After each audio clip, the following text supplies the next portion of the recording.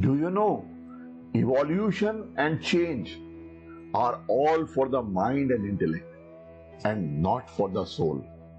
So in the next verse, number 22 of chapter 2 of Bhagavad Gita, Bhagwan Shri Krishna explains, he tells Arjun about the spiritual meaning of death.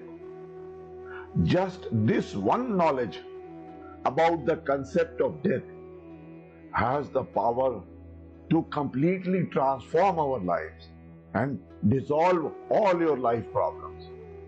So today we shall be going very, very deep into this most important knowledge of the universe, and I will show you how it can transform your life.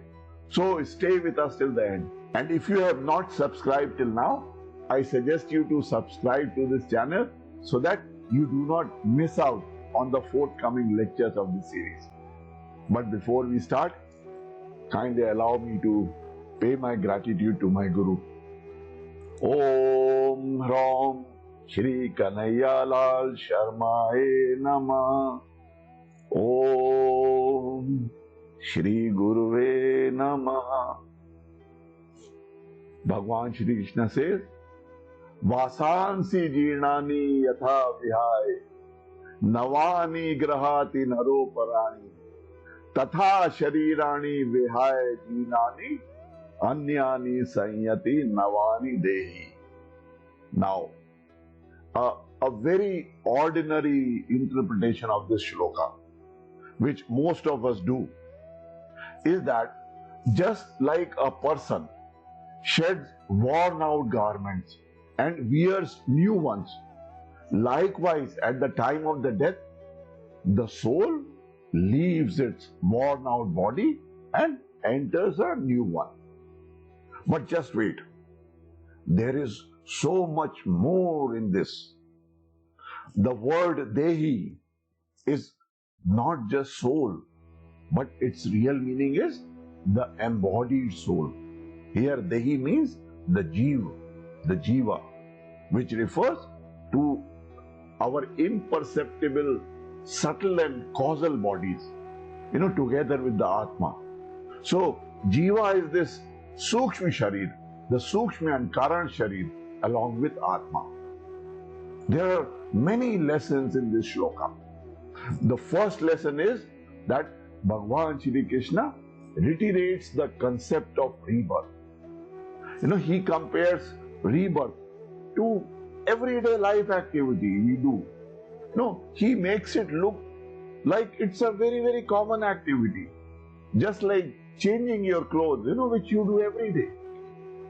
The second lesson Bhagwan Shri Krishna gives is that as a person is glad to throw away his useless clothes for new garments, so should an individual rejoice to change a karmically outdated body for a new one. How do you feel when you get a new set of clothes? You become so eager and happy to shed your old clothes and put on your new clothes. The message to Arjun is that just as changing the dress is a painless activity, in the same way, whenever the dweller in the body leaves the body, there is no pain possible. So, the important lesson for us to learn is that death is to be associated with a feeling of rejoice rather than sorrow and grief. This is very, very important to understand. The third lesson that Bhagwan Shri Krishna is giving in this shloka is to make all of us comprehend the spiritual meaning of death. A person who is in delusion, considers his body, his family, his position as invulnerable. That's why when he witnesses death in a family, he is shocked and bewildered. He is stricken with grief and horror because he doesn't understand the difference between the immortal soul and this changeable mortal body. The ordinary individual, lacks that inner assurance of the continuity of life. He has no recollection of the countless times that he has gone through this cycle of birth and death. That's why, he is full of fear and grief at the approach of death. You have seen, just like these children, they are fearful of venturing into the dark. They fear they may meet ghosts in the dark. Similarly, people are afraid of the unknown beyond the door of death. In fact, when we sleep every night, we discard the consciousness of our tired body and mind. And that's how we wake up rejuvenated in the morning.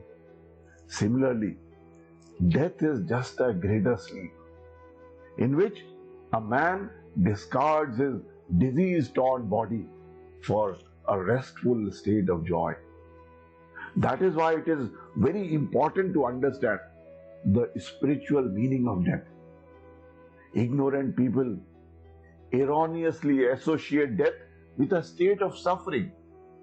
But in reality, the physical tortures of the diseases are far worse than the liberating experience of death. In fact, the consciousness feels a wonderful sense of release and peace after death. For some time, yes, there may be some mental agony of, losing the physical body and parting with our loved ones. But then gradually, the memories of our earthly existence, they fade away. The fourth lesson Bhagavan Shri Krishna is conveying is that by giving up old clothes and putting on the new ones, the person does not change. Similarly, by giving up the old body and assuming a new one, the Atma in the Jiva does not change. Notice the difference between the Atma and the Jiva. So in accordance of one's own karma, the Jiva becomes ready to assume a new body. In other words, our mental makeup of a person does not die along with the death of the gross body.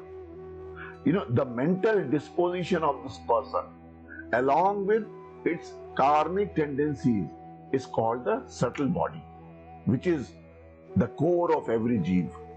It survives the death of the physical body. So in its next birth, the Jiva assumes a new physical body, which is more suited to the fulfillment of its natural tendencies and natural dispositions. But in all these changes, the self or the Atma remains unchanged. In reality, the soul is the part of ever-pervading one consciousness, which is ever fixed and ever steady.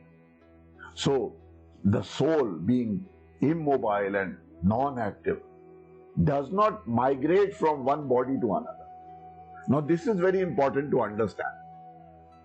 Just as you carry an empty pot from one place to another place, the space between the pot, within the pot, also appears to be carried from one place to another. But actually, the space in the pot is the same space everywhere.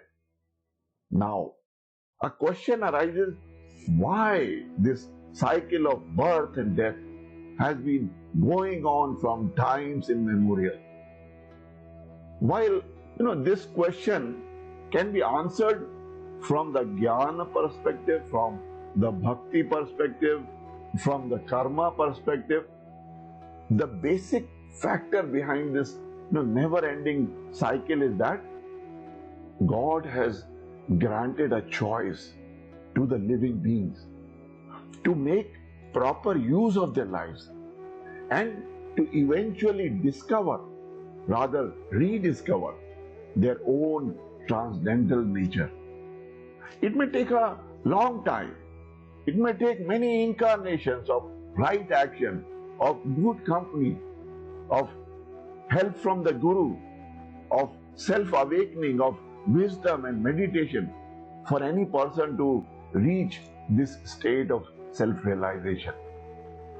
When a devotee surrenders to the unity consciousness and is non-attached to the body, he realizes that body is just a temporary place of confinement.